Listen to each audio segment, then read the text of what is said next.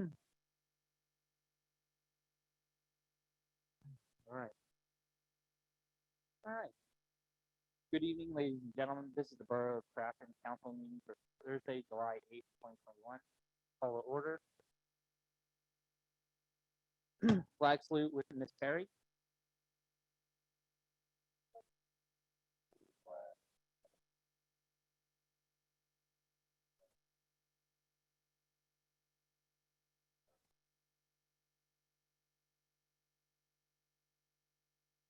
Thank you. Roll call, please. Mr. Amendola. Here. Brown.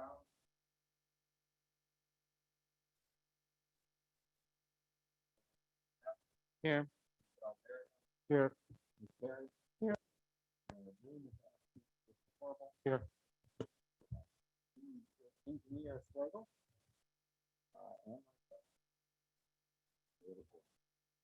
Thank you, sir. Moving forward to the consent agenda, we have the approval of minutes for June 24th, 2021, and the bills list for July 8th, 2021. Motion to approve the July 8th, 2021 consent agenda. So moved. Seconded. Any questions, comments, concerns? Hearing none, all in favor? Aye. Aye. Aye. All that oppose? Hearing none that oppose, approval of the consent agenda. Thank you. Moving forth to public comments on the agenda items. Again, this is a hybrid model. So there are no people from the public. We have the media present from the Gazette 2.0, and we have a couple people from the public attending virtually. So at this time, citizens may address the Crafton Borough Council on any issue appearing on today's agenda. Only residents and taxpayers of the Borough of Crafton will be permitted to address the council. Comments on non-agenda items will be taken at the end of tonight's meeting. Speakers will be permitted to speak for a maximum of 3 minutes. Groups of people will be required to designate a spokesperson to represent them before the council, who may speak for a maximum of 5 minutes. Please state your name and physical address for the record. Everybody that's attending on Zoom is just like we did before. You can raise your hand and the manager will loop you in.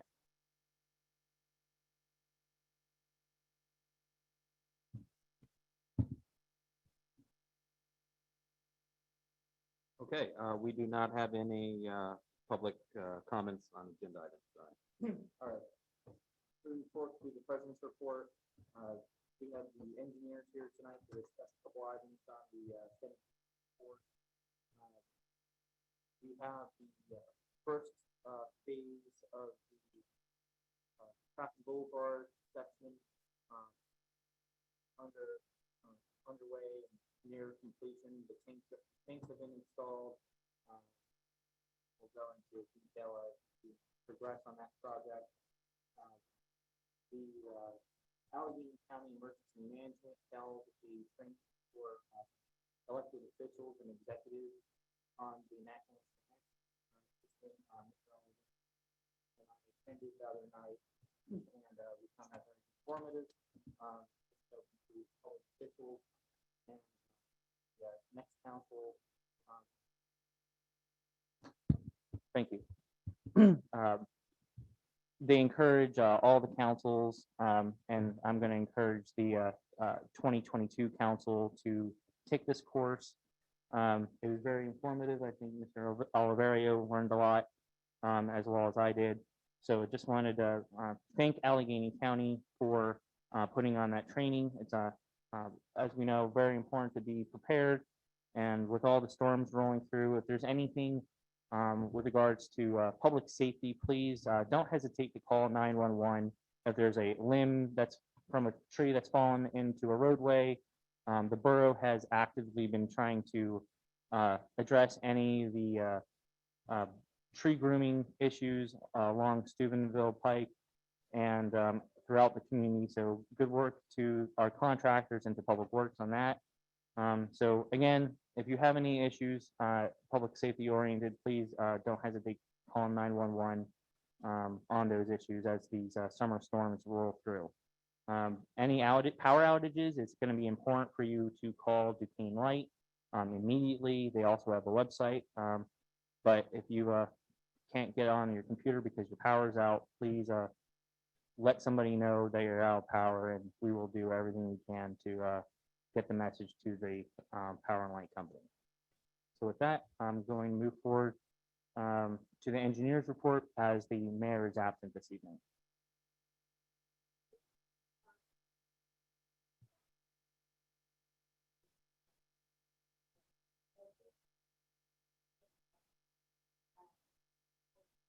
Received the new consent orders and we'll be distributing those to municipalities within the next, they said shortly. So we keep saying it's coming and it looks like it's as close as it's ever been. So we would expect that to be something that we'll be talking about over the next 2 months or so. Any other items? I'm sure you have any questions on the report. No, no. Anybody from council have any questions about this month's engineer's report? As the email I sent, we're gonna make sure that we're vigilant about the resident communications as these projects phase out, and we make sure that everybody's aware. The one item, if you could address with regard to the phone calls and the concerns about Steuben, about the manhole or the inlet restoration, could you just speak to that? Sure, no briefly? problem. So what had happened, so the inlet project, replacement project required milling and paving. So the contractor scheduled that work and had to work within the highway occupancy permit timeframes from that PennDOT dictates, and they got caught in the rain. So they had milled some areas, they didn't pave the others. They were within tolerances, that is the state guidelines for providing temporary patching around the manholes, but we notified them immediately. They came out, they put up the proper signage, and then they were out as soon as the weather cleared, which I think that happened Wednesday or Thursday. They were back out there Friday, finishing the paving. So they did get caught in a storm and had to get off the road quickly. So they came and they were very responsive. So I mean, sometimes social media works in that way, where we can correct a problem that could have been a safety hazard. Thank you. All right, we'll move forward to the solicitor's report. Thank you, Mr. President. Just one item to report. Not at the last thing, but I think the meeting prior, I reported on the results of a hearing with the magistrate for 40 Union Avenue, which was a positive result for the borough. But I also wanted to fill everybody in today that I did receive notice that the property owner did file an appeal to those decisions. They'll be heard downtown in the Court of Common Pleas on September 28th. So Chief Sumter and I will go down there and do our best to try and get the guilty convictions upheld by the Court of Common. That's the end of my report. Thank you. Now on to the manager's report. Just 2 items tonight. The first, and these are both going to be on our agenda for July 22nd. The first, we budgeted for a new truck from the sewer account, which would be replacing truck 108.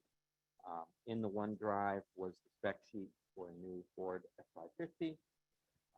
That is scheduled for a 2-year lease, 3 payments. We have I just received a term sheet from Huntington today, an interest rate of 2.15%. And we have 3 payments of roughly $31,000. So this will, to formally accept the financing, will be a resolution of our meeting, much like we did with truck 107 that we did earlier this year. These payments have been budgeted in this year's budget. Question? You said a 2-year lease, is that a lease to purchase? Lease purchase, yeah. Thank you. And then the one other item, we'll be voting to officially open up our community center for rentals.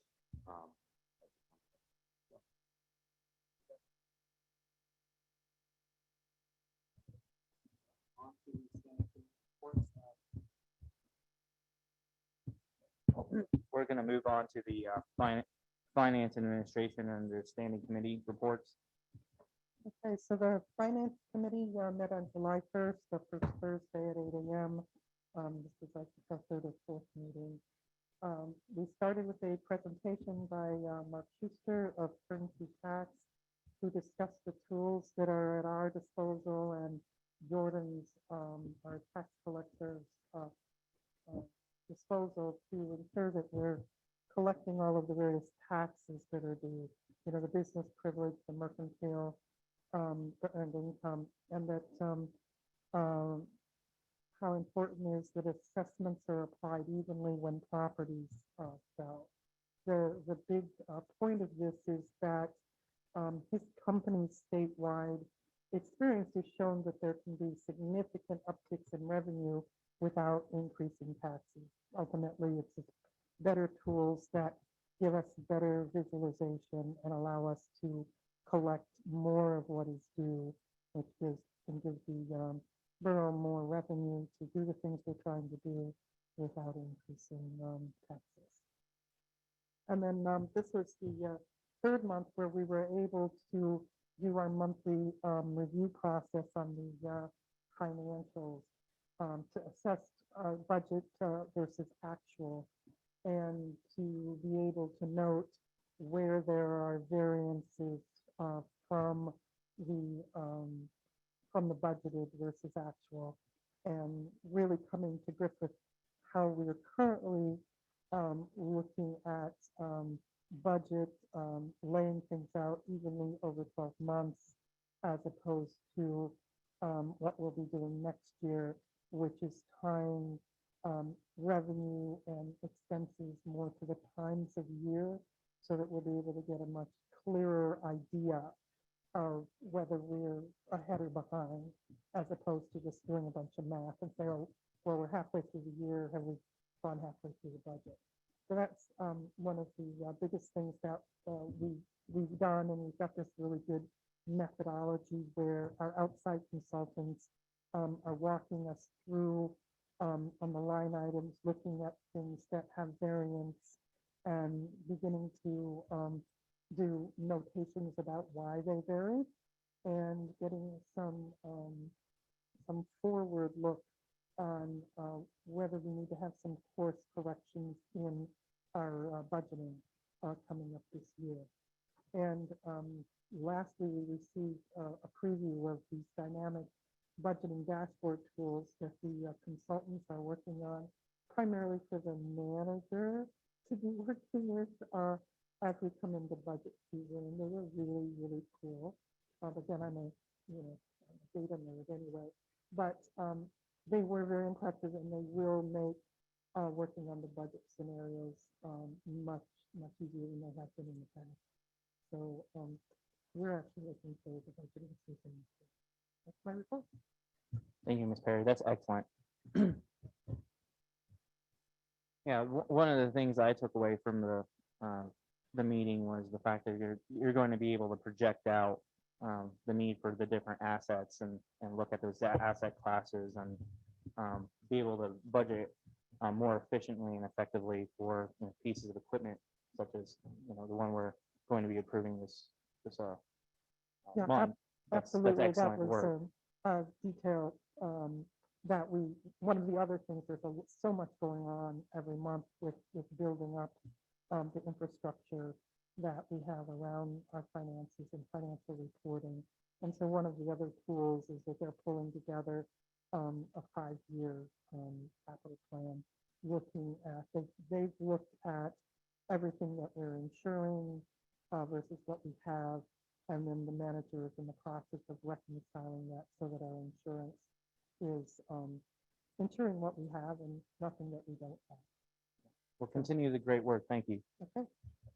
Mr. Aldery, do you have anything to add to the conversation? On the finance side? No, very impressed with what will be coming from a budget side and a reporting side.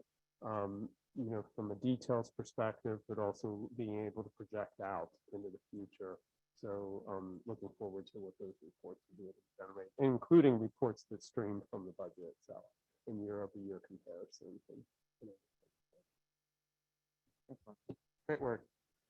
All right, communication, recreation, and community events, and I'm gonna jump back to community services and infrastructure and emergency preparedness.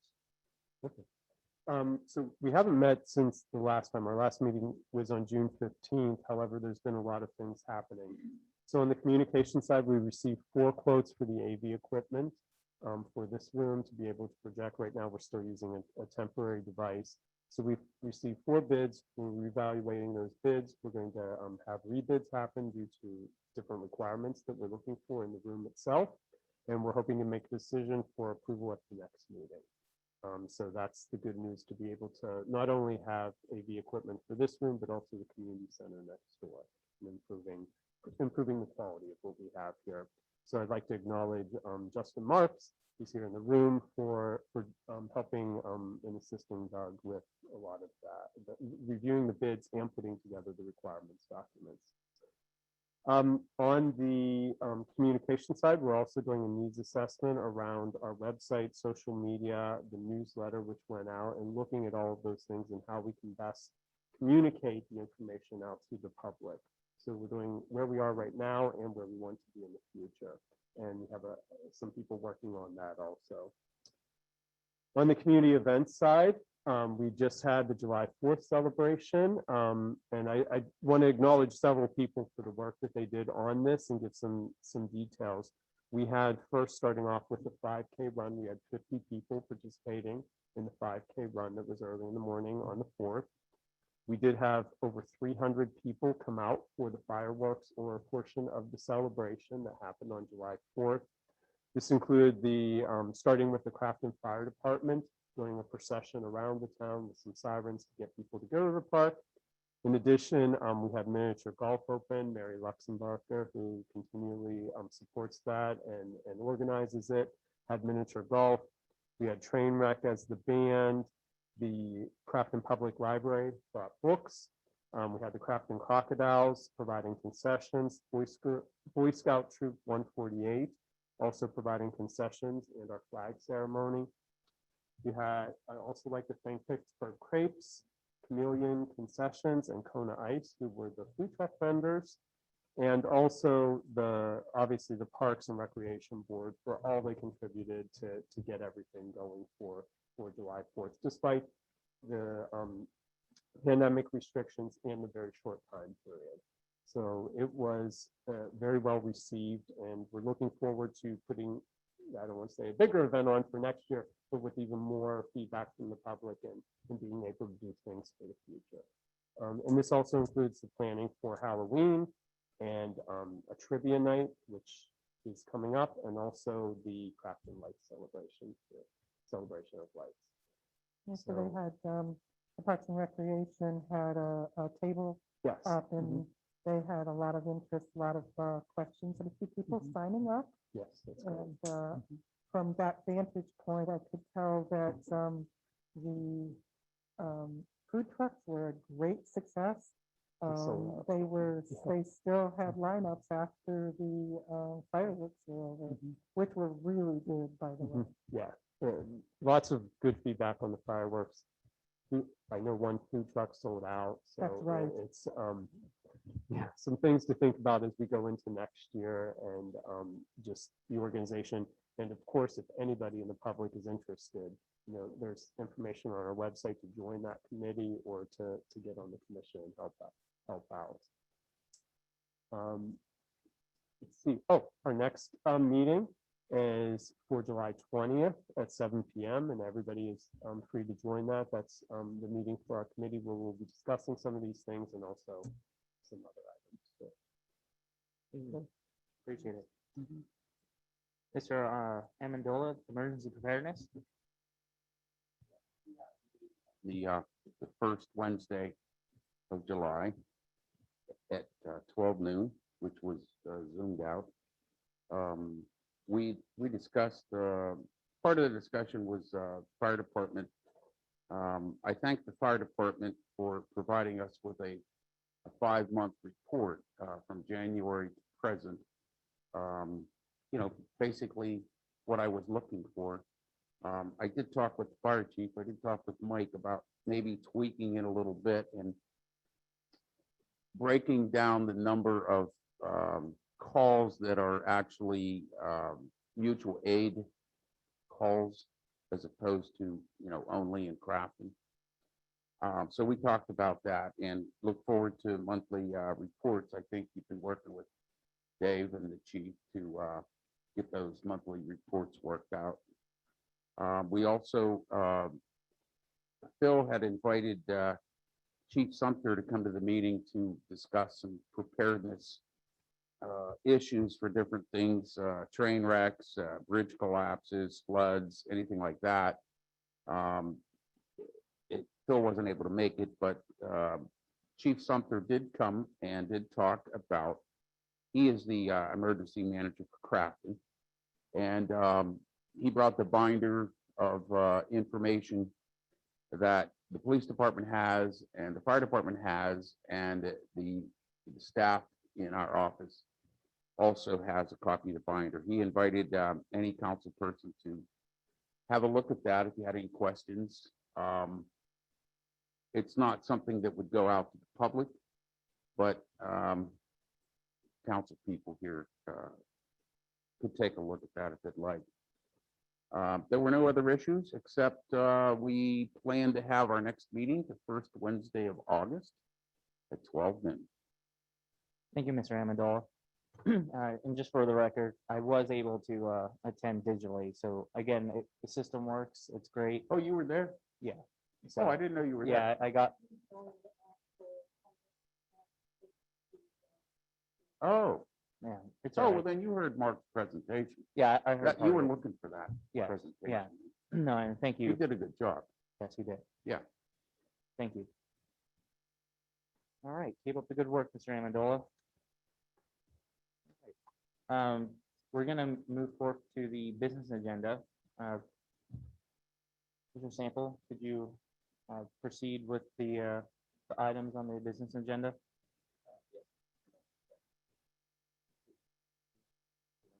Oh, no, thank you for reminding me to get back to one of the items I skipped over to save to the end.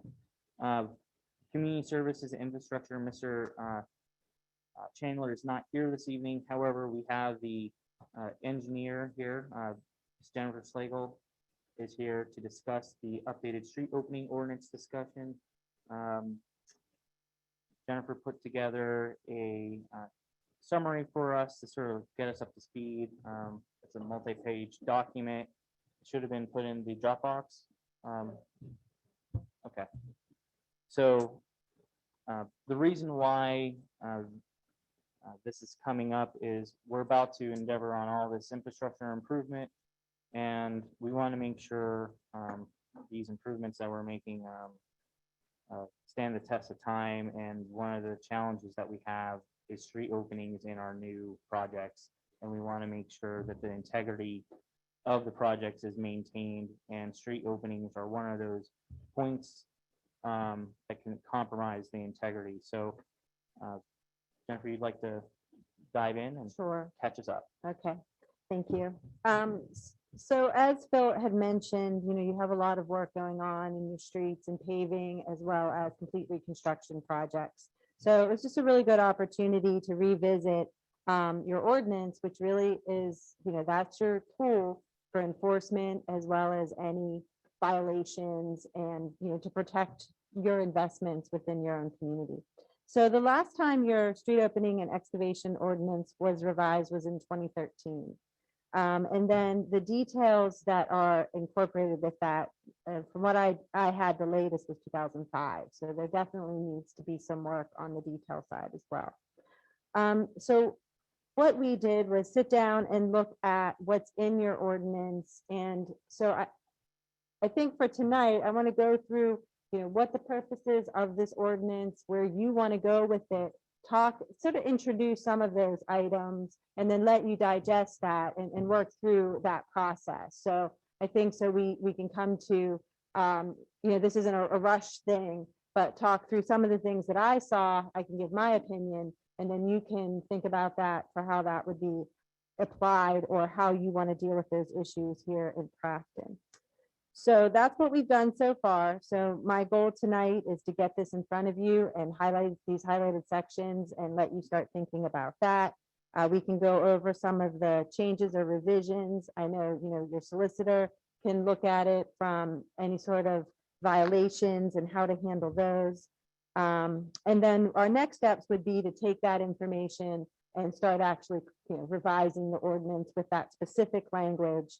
And then we can talk through that schedule for adoption, because, it takes time to advertise it and then, prior to actually adopting it. We can go over those details, which I have not, I've done a cursory review of it. There's still materials on here that we don't even use anymore in paving. So that's a separate, I think that's a whole separate issue. Construction details, yeah. And there's a section in here I want to talk about with if we make this part of the ordinance, or we allow the details to change without having to re-adopt them. So that's one of the items. And then, another, thing that I've been working with the manager on is how to manage these internally. Now that's a separate from your ordinance, that process, but we're also looking at that as well to make sure that when someone's digging into your street, now, when larger utilities coming in to open the street, there's a formal street opening permit, but sometimes people just do a one call, there's an emergency. And those are the ones I think too, that we want to make sure we're capturing and restoring those streets without having patches everywhere. Especially as Phil mentioned, with complete new streets, you really want to protect that investment.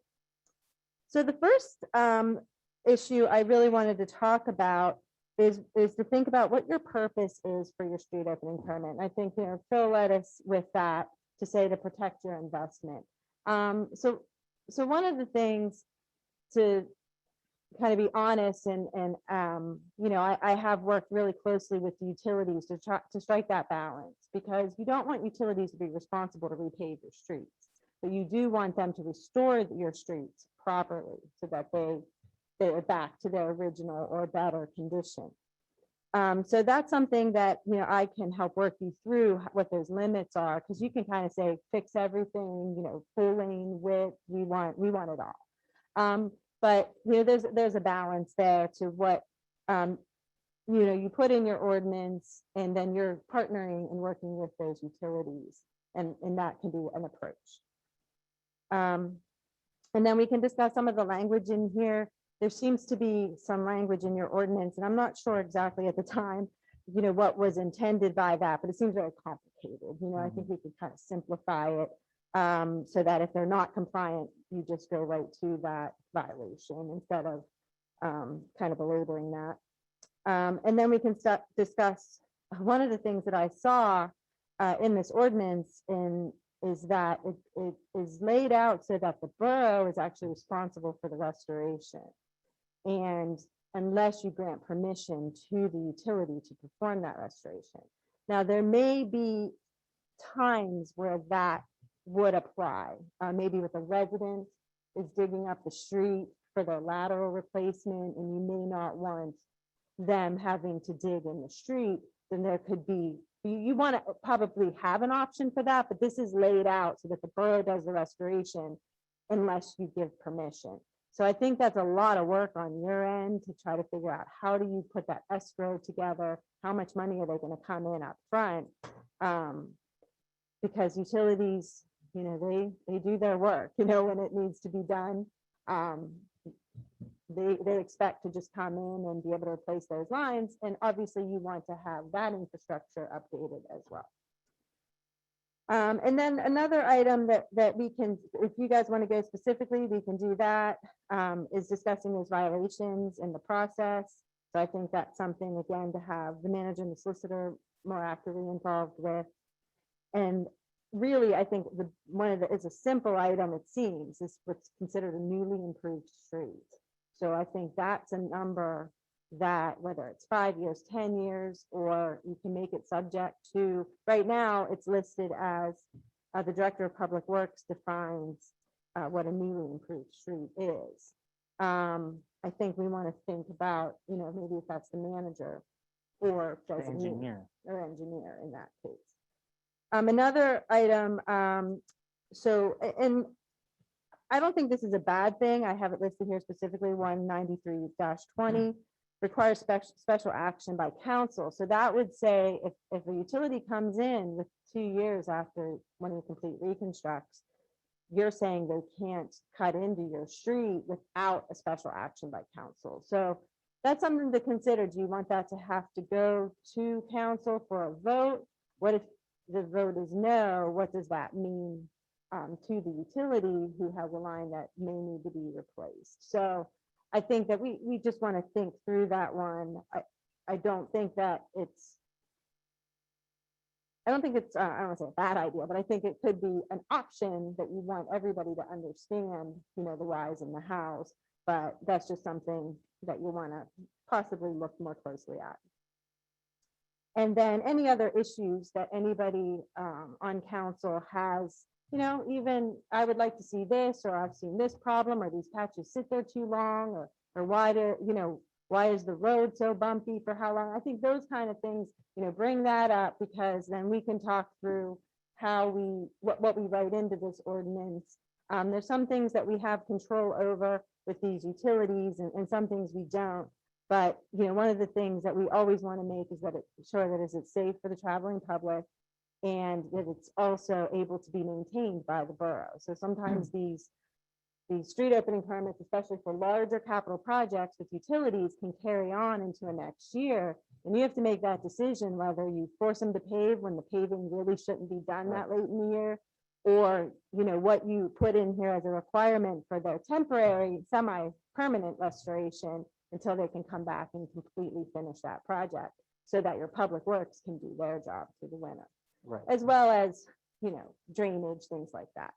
So that's kind of where I am, you know, what I came to. And then what I did on this larger ordinance that's marked up in the right column, I just marked out highlighted paragraphs that I thought, you know, you guys could look a little more closely at, but feel free to read the entire ordinance. But I just thought it'd be easier to kind of put this all into context for you, and then let you digest the ordinance and come up with some issues that you'd like to specifically address in the revision. Yeah, I mean, I'll get a couple of things off my chest I Mhm. want to put out there. With regards to the newly improved street, what I'd like to see is that this ordinance have enough teeth in it that it incentivizes the utilities to participate with us when we say we are going to reconstruct the street. So they understand that it's much more economical to replace their lines when we have the road open, and there's an economic incentive for them to do that. Because if you're going to come in, let's say South Grandview just spent $800,000 doing that whole project top to bottom, right? You know, yes, some of it was paid by Alcoasand, but a lot of that was our tax dollars, and we don't want that to be impaired, because it's not just, you know, a mill and pave job. It's the liner, everything down to the sub base that we're trying to improve and maintain for the next, you know, 50 to 100 years. And we'd like them to get their utilities in there for the next 50 to 100 years as well, so they don't have to come back. And we see it time and time again throughout the, you know, Pennsylvania and any other place across America that have, you know, we all have this problem.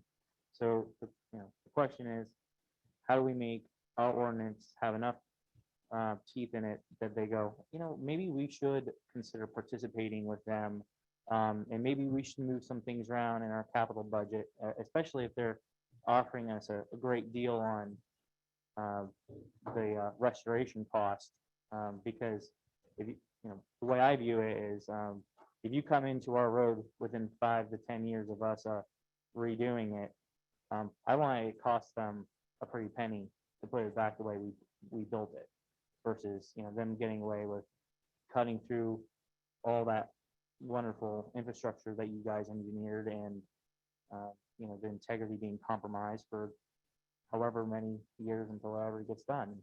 You know, with regards to South Grandview, that may be 100 years. I mean, I don't know the last time that street was done. Maybe it was 30 years ago. I understand South Grandview had the bricks were relaid, but that's not the sub base. you know, and that sub base was original, so that's 100 years. And, you know, that's where I'm coming from. I want to incentivize the utilities to participate with us, do some cost sharing and make it economically attractive to them to work with the engineer and the manager when we invite them to your meetings, because we're giving them plenty of warning that we're doing this stuff. I mean, I don't know how much more lead time we can give them. We've heard the excuse, well, it's not in this year's budget. Well, there's the PUC is allotting them a lot of money every year, and in my mind, when there's a will, there's a way. And for us as ratepayers and taxpayers, we benefit if they're able to figure out how to do this more economically.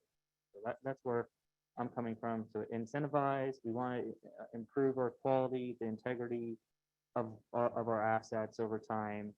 And we want to give you, the engineer and our staff, the tools. And that's, you know, talk about use of technology to keep up with all of this, to make sure that there's the tracking mechanisms in place. And then addition to that, I think the borough should hold itself to the same standard that we hold everybody else. We all pay our sewer bill, and we've had quite a few complaints about some of these spot repairs. And, you know, people wonder, well, why does the borough get away with doing minimal restoration and everybody else has to do more? So that's another thing I think we should think about when we're discussing this over the next month or so. That's all I have on this topic. So what are the next steps for this? Is the committee going to review the proposal or the changes and then come back to council, or what are the? Yeah, it's gonna be remitted back to that committee, but if you have comments, you'd like to attend that meeting, send your thoughts via email or attend the meeting. You know, just think about this, look at this document. But, you know, these are the things that we have to start having this conversation now, because it takes a while to update this, and we have to have, I think we have to have an open and frank discussion on it. And we can refer back to these meetings when we discuss this with the utility companies and say, listen, this was done on the floor of council, and, you know, this has the support of the governing body. So I want to make sure this is abundantly open and transparent, because I know a lot of people have concerns about, you know, street openings. So as you have mentioned that there are times that you put that information out and they say it's not in the budget this year. When I think about some of the things that we're working on to be planning further ahead and a little bit better, we could hold ourselves to being able to put notices out that are multiple years in advance to give some opportunity for better collaboration. Yeah, in the past couple of years, I would say Gateway Engineers has been doing a pretty adequate job of it, but still the takers on it, they haven't been playing ball, if I can say it that way. They've sort of been shrugging us off. You know, we'll get there when we want to get there. And it's like, well, because they don't view the economic cost. It's economics. They don't view it as a problem. If I might add, it is one of those issues that becomes a relationship and building trust. Because I think, and that's where obviously council will make their decision and determine what goes in that ordinance, but I will also give my opinion and you can take it. But that's why I'm saying if you go for everything with them, then it's a battle. Right. But the partnering approach, so for instance, I have a lot of history, especially in communities that, you know, they need every dollar. And as we all want to be frugal, but some don't have money to pay. And they've approached utilities and said, we'll cost share with you. And right now I have a contract, we put it out to bid, and It's probably the work now won't be done till next year because the utilities work will be later this year, but we have a price for that paving. We've already committed to 50%, which is kind of a gamble on both sides. You know, I might have lost a little, or, you know, I might have been able to get more out of the utility, so to speak. But they have a cost going in for an agreement. Our municipal bids for paving typically come in lower than the contractors they use, because we just get better prices. How we bid and how we operate, they sort of just say, here, we need to do this street. They get a big lump sum, so the numbers are higher. They won't ever give me their numbers.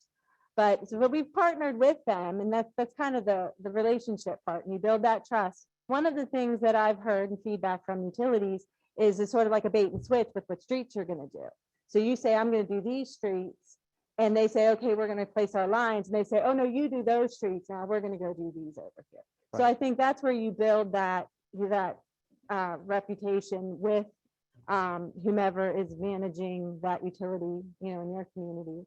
And we start having meetings once a year saying, this is our paving program for next year. If we know what it is for 3 years and we're open with them, then they can say, what do we have? Now, granted too, with utilities, it's gonna be based on needs, because if they have a lot of breaks, that's gonna get pushed up into their capital projects, just like us with our sewer projects and our roads. You know, we push them up based on that need, and as it degrades. But you know, when you're having those conversations and they say, I can save hundreds of thousands of dollars by doing this now and not waiting, you know, they come to the table. But it will take some time. Right. But you need to be very proactive with these complete reconstructs, because that's a different animal than a mill and pave, you know, and especially if you're looking into replacing any brick streets or, you know, any other reconstruct down the road, that's different than a mill and pave program. Yeah, and for instance, Park Street, that section, you know, the borough had this expectation that, you know, the utility would pay for the complete reconstruction of that street, and they basically told us, I'm sorry, we're not gonna do that. That's a $300,000 bill. We're gonna go in the sidewalk, and so we disincentivize them to do a partnership with us. Back to what you're saying, like, that is an unreasonable expectation to expect that the utility pick up the bill for the whole thing. And that's sort of, that's what I say about incentivize. It's not to take advantage of them, because ultimately we, the public, pay our utility bill, and we pay for that largesse as well. Well, and actually, Phil, that actually, I made a note, because I think that's something else we want to designate in the ordinance. Not only just newly improved street, but streets that have been completely reconstructed. I think they should have a different standard than if you've done a mill and pave recently. So I think we could find, you know, kind of close that loophole that would incentivize them to do it when they're doing the complete reconstruct, because otherwise you're going to do complete reconstruct. Right. But they do move into the sidewalk, and you know, that is something that they've been doing, but they still have to do the services, and they still have to disconnect, and they still For end up instance, cutting into Union, your road. what we're working on Union right now, right? We're coordinating with them on Union. Yes, yes. yes, yes. All right, anybody else want to chime in before we remit this back to the committee? Yeah, could you tell me what committee you're talking about? We have, pardon me, it's Colvin's committee, Community Services and Infrastructure. So would the gateway engineering and the solicitor be involved in those meetings, or is it The manager, the manager and a couple of council people? yeah, and if you'd like to, Is the committee? yeah, and Okay. we can speak with Mr. Chandler about when that meeting will be scheduled, and if you'd like to attend, please attend. Yeah, I just, yeah. Okay. I'm kind of thinking it seems like it would be a job for the manager, the gateway engineers, and the solicitor. You know, looking at the articles of this ordinance and putting the ordinance together rather than someone on council. That's the point of the committee, is to provide the policy guidance. just Provide like- what? It's to provide the policy guidance, just as every other committee is doing. And then that committee brings that back to council to comment and review and ultimately debate and edit and vote on. Okay, well, I just think that the solicitor and gateway Yeah. engineers Yeah, all the and the manager professionals, should be the people that are doing that. yeah, As but opposed to a committee that's appointed by council um, with no background in engineering or ordinance writing or any of that. yeah, we are the policymakers though, I understand that. right? And our Taking advice from gateway engineers and correct. the solicitor that's and correct, and the manager. right, exactly. You're exactly correct. Okay, so Yes. why don't we put it in their hands We rather are. than the hands of a committee? Pardon me? No, you're correct. So why but don't we but put that's- it in the hands of the solicitor and the gateway those engineer? professionals participate on that committee, those resources, just like you pulled in the chief of police to yours. The manager, works with the chair to pull in the adequate resources to guide that committee and bring it back to council. So gateway engineer and the solicitor will be invited to those committee meetings? Yes, yes. Oh, good. Yeah, I okay. mean, Jennifer's actually leading the charge, and that's why Yeah. I'm taking the opportunity, Well, I just right wanted now to- I just wanted to make that clear because correct.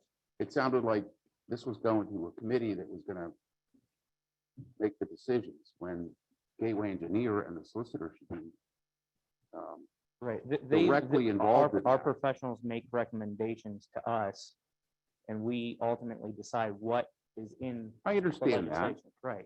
Yeah, I understand that. Okay. all Okay. right. I think we're all on the As same long as page. they're, I think we're all on the same page. Yeah, as long as the solicitor and the gateway Yeah, engineers are just like, right, attending the meetings and walking through it. correct. Yes, sir. Yeah, good idea. All right, thank you. All right. Thank you. You're welcome. All right. Moving forward to the business agenda. Yes, just, I put this item on tonight. I know we like to do most of our business activities at the second meeting. But this is the contract for the Gaming Economic Development and Tourism Fund grant the borough received from the county for the borough facade improvements. This is repointing, replacing damaged bricks of the borough building, and then also replacing the roof on the, that is over the magistrate and the children's library. The grant was for $180,000. Total project cost is $370,000. These numbers have been worked into the budget. So this motion here is to actually approve the contract between the county and the borough so we can move ahead on this grant. Gateway, the specs are prepared. The contracts are ready to go out to bid. So we've just been waiting on the county for this. So that's what this motion is here tonight. So can I ask a question? Or Once do you you want me have to the wait, motion on the table, wait for the vote? Can we have it first and Well, second? Can we have it after? Yeah. Okay. Motion to approve the grant contract between the Development Authority of Allegheny County for 2020 DED /130 Crafton Borough Municipal Complex. Oh, sorry. Should I repeat that? Motion to approve the grant contract between Redevelopment Authority of Allegheny County and Borough of Crafton for the 2020 DED TF-133 Crafton Borough Municipal Complex Renovations Agreement. So moved. Seconded. Thank you. Discussion? Yes. Mike has a question? No, you've got the floor. Okay. So I'd like to see what we're going to be doing to the borough building. I know it says facade improvements, it's like the face of the building. But we do have some, leaks. The windows in Ann's office back there, connected to the staff office. Are there plans to fix those windows? I mean, you said that everything's ready to go out for bids, but I haven't actually seen what exactly we're doing to the Borough building, other than you guys saying facade. Those windows, and I think the windows in that other office over here, the plaster is all dusty, and you've been in there, you've Yep, seen yep, that. yep. Are we planning to fix that in this grant here? Anytime you get a grant, I mean, it's just like going to Walmart at a 50% sale, buying something you really don't need because it's 50% off. But, is there a list somewhere of what we're going to be doing with this money to the building? Yeah, actually, I refer this back to our professional engineer, Slagle. Could you discuss the process and, because to The address, windows included? so to address your question, actually, The leaks? so with regards to the leaks, that's actually the reason why we're doing the facade improvement is because the cap and all the pointing on the building is impaired, and therefore the integrity of the building has been compromised, and the water, in a simple term, is wicking through those joints and down around the windowsills. The windows themselves, the integrity is there. It's the fact that the water is wicking under the cap and coming down the backside of the building and causing the water damage. But the engineer had a professional, and I'll let Jen So get into that. It could be a simple answer. Is that issue addressed? Yeah, yes. It is. Yes, Okay, that's well, the- that's all I need. that's to the know. root- I don't- what's one I of don't the- need to- Yeah, we were trying to, from what I understand, the root cause, let's say, in the manager's. Excuse me, Mr. President, I appreciate your clarity on the subject, but I'd like to hear from the engineer if we can. So Sure. can we move on to the engineer, Yeah, please? sure. Thank you. Well, I want to apologize because I do not have an update on the staff report regarding that project and did not work on it personally. However, I know when we did pursue the grant, I actually did I signed the estimates that went in with the grant. And so the borough actually presented, there was a previous manager, the issues with the facade, the roof, and all that was included in the original grant. So then once you have the grant scope, that is what so we prepared the scope, the borough did, and received estimates to make those repairs and then pursued the grant. So now this is the next step in that process for what was included in that scope. Okay, I'm to just, accept the grant. I'd be very happy if those leaks that he was wicking or something. And if, I can look it up in my database right now. Again, I can give you the specific scope. of what Well, was I don't in need it. Brad needs Yeah. it over there.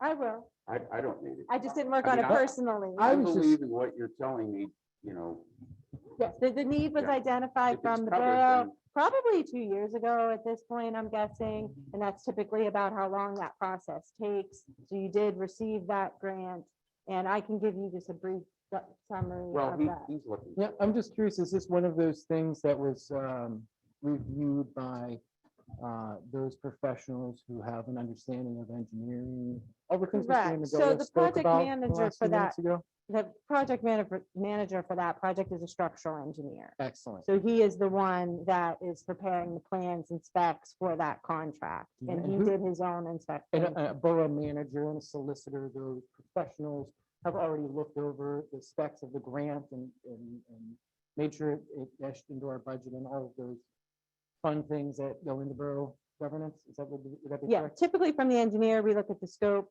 and we prepare cost estimates and budgets. We present that to the manager. I don't know if the solicitor is involved with the agreement process for that particular grant. Maybe I can just jump in. We are not physically getting new windows, No, but no, I, one of the windows, the main leaker, is in my office, which comes down and You mean Ann's office, right? yes, so those leaks have been specifically addressed. And as Phil had said, the looking at the capping and then getting that brick or the limestone actually pointed will help prevent that moisture from coming in and getting behind. So yes, those issues have been addressed. okay, all right, that was my question. I mean, the word facade in here is kind of, misleading because we are actually doing more work in the Borough building than just the front, than just the facade, you know, more than just putting lipstick on a pig, you know? Correct. So my question has been answered, and they have, Okay, you know, they're covering it, so thank you. thank you. I have two questions. Carla. Were you first? I was just gonna say that the information, it's on our OneDrive. So I Right. was able to read through everything, and all the details are really specific on the OneDrive about what's in the agreement, the cost, how it's all broken down. Because I wasn't here at the time, so that's how I got my information on it. So it spells it out really well there about the facade and the roofs and, you know. Okay. I was gonna make a similar comment, but also wanted to point out that before we were able to apply for the grant, at some point, this body approved applying for the grant. And we had it up for discussion at that time and went through quite a bit of detail with previous managers about why we were doing that. I do have one other question for the manager because we have on here the magistrate and library building, which I know desperately needs the new roof because we're leaking on the books and on the courtroom. But you did mention that we had it in the budget, and I thought this was an item that came up since our last budget because we didn't know about that. So I'm questioning whether the costs of the repairing the building for the magistrate and the library is actually in the budget. Yes, that's actually a good point. Let me confirm that that isn't, but yes, the facade was accounted Yes, I for. know it was. Yeah, but let me double check because, yeah, the children's library was in there, but the estimate was significantly lower than what is actually needed to correct the problem. So I think that I difference. think we I have a think you are correct. variance. Yeah, I think Yeah. we have a variance. I'll Okay, confirm I just wanted to be That's a good clear point. about that. Okay, thank you. I'd like to ask the president so we can have a vote on the motion on the floor, please. Yes. All in favor? I, Aye. Aye. All that oppose? Hearing none that oppose, motion passes. Before I cut to community announcements, does anybody from council have any other matters to bring up this evening? No? All right, like to proceed to community announcements? The first announcement is we are still accepting letters of interest to sit on the steering committee for the Parks and Rec Master Site Plan. This lays out our recreational needs over the next 20 years. We have gotten some letters of interest, but if you are interested, please submit that to me by July 16th at my email manager@Crafton Borough, spelled out BOROUGH.com. The second item, I've actually noticed two. I mean, I've been noticing birds dead on the street. So this one is actually, I think we're going to be hearing a lot more about this. But the Pennsylvania Game Commission and the Audubon Society has recommended that bird feeders be removed to stop the spread of an illness that's killing the birds in our neighboring states of Ohio and West Virginia. This is being researched by the state and the feds. So more to come on this, but it is recommended that if you have a bird feeder, please remove it as we get a better understanding on what the issue is.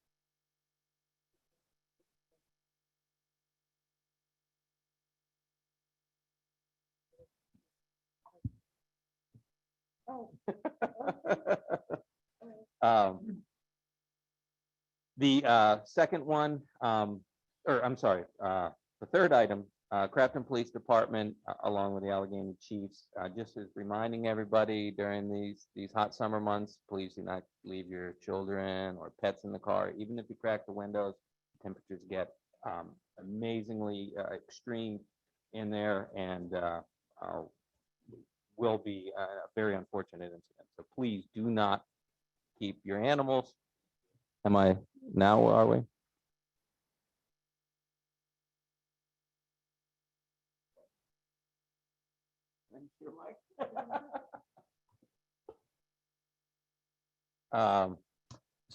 Yeah, do not keep your animals or children in the car during these summer months.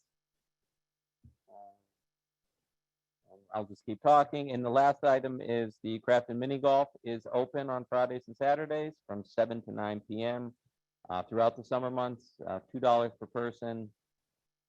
And all guidelines will be followed for safety reasons. Those are coming to an end, but we still have that on there. So I don't know if we're having technical difficulties with the public. But that's all I have.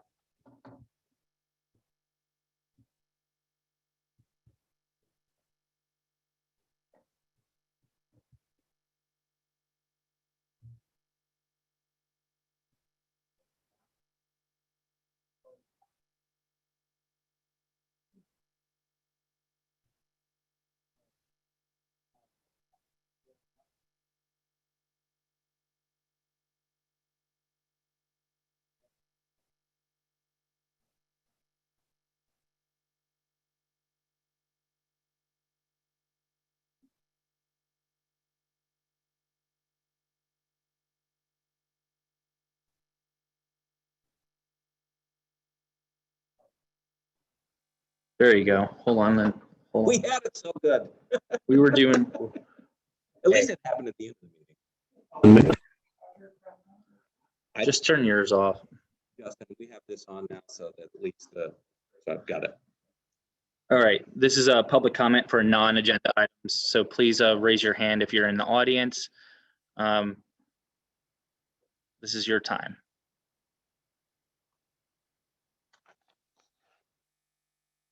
I'll give you, give you 30 seconds. I know if we're having technical difficulties, you may also.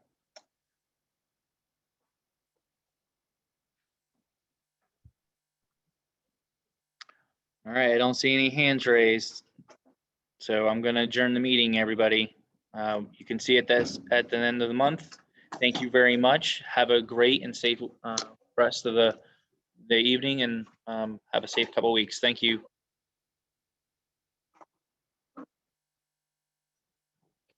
How do we-